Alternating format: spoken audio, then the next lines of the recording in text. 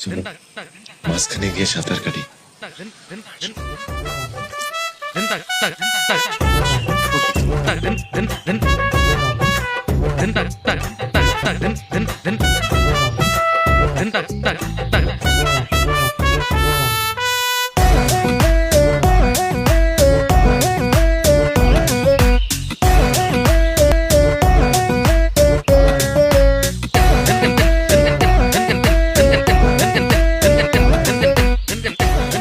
Name নিলেন কেন? তোমার লগে কথা কইতে খুব ইচ্ছা করতেছিল। আল্লাহ গো আল্লাহ, তাই বলে আপনি এমনি আসবেন? হ্যাঁ, এতই যদি দেখতে ইচ্ছা করে তাহলে তো বাড়িতে একেবারে নিয়ে গেলেই পারেন। আমি তো নিতেই চাইছিলাম, তুমি তো গেল না। ইস, আমার দোষ নাকি?